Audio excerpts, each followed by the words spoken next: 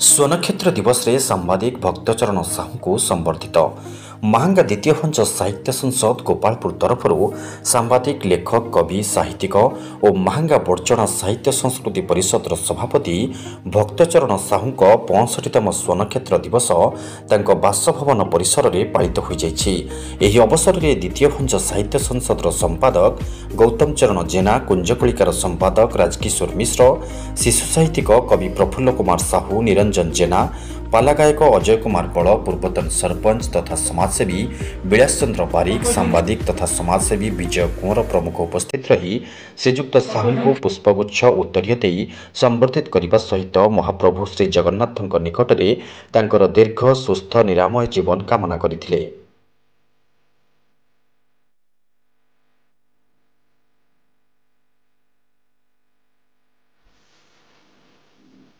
भक्तचरण साहू आज शुभ जन्मदिन 65तम जन्मदिन आमे केते जन साहित्यिक एवं भक्तचरण अनुरागी बासभवन में पहुंची। से जड़े सुसाहित्यिक शिशु साहित्य गभीर चर्चा भल सांबादिक एवं अनुष्ठान प्रेमी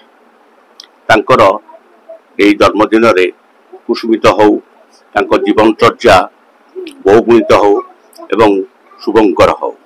जगन्नाथ निकट में प्रार्थना यही शिशु साहित्यिक सुसंगठक आम अंचल अनेक आसंतु एवं साहित्यर संस्कृतिर विकास हो। धन्यवाद। आम ये अंचल जड़े जोगसूत्रकारी तथा वरिष्ठ सांबादिक महांगा बड़चणा साहित्य संस्कृति परिषद स्थायी सभापति सारस्वत साधक तथा शिशु साहित्यिक श्रीयुक्त भक्तचरण साहूंकर आज हूँ 65तम स्वनक्षेत्र दिवस। यही दिवस रे आमे द्वितीय भंज साहित्य संस्कृति संसद तरफ बासभवन में पहुंची जन्मदिन शुभेच्छा जणाइवा सहित आगामी भविष्य दीर्घ निरामय जीवन कामना करिछु।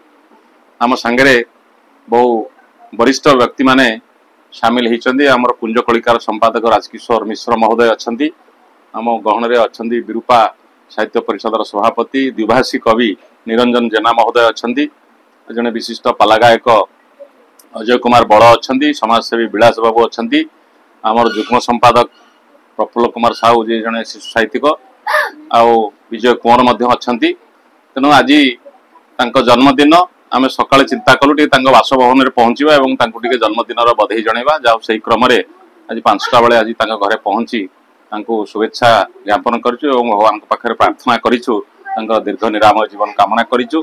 निश्चित भाव में से जड़े एभली एक व्यक्तित्व खाली ये महांगा अंचल नुह, महांगा बड़चणा निश्चिंत कोइली सालेपुर डेराबिसी इत्यादि इत्यादि जिते आखपाख ब्लॉक सब अच्छी सब अंचल सारस्वत जगत क्षेत्र में हो आपणकर सांगठनिक क्षेत्र में हो संवाद वितरण क्षेत्र में हो जड़े मिष्टभाषी व्यक्तित्व भाव में हो सब क्षेत्र में से पारंगम। तेणु से भली व्यक्तित्व आज 65 वर्ष पदार्पण करिसेंती। तेणु दीर्घ निरामय जीवन कामना करुच्ची एवं आगामी दिन ये सारस्वत जगत में आहरी सफल हो ये आशा करी रहूची।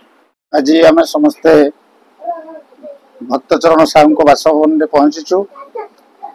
से आमर बड़ भाई आम बहुत सम्मान करूँ एवं ए अंचल से जड़े प्रतिभा बोली आम हृदय मानि नहींचु।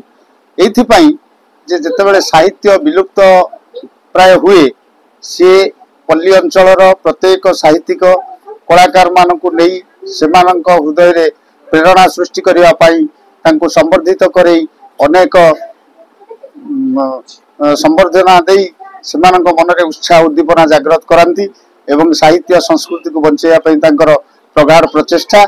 आज तांकर 65तम जन्मवार्षिकी रे आमे भगवान को निकट रे प्रार्थना करूछु तांकर जीवन निरामय सुस्थ निरामय जीवन कामना करूछु एवं तांकर ए जो उद्यम आगो को आहुरी बढ़ी चालू एथिपाई आमे जगन्नाथ निकट रे प्रार्थना करूछु। महांगारू विजय कुंवरଙ୍କ रिपोर्ट निर्माण लाइव।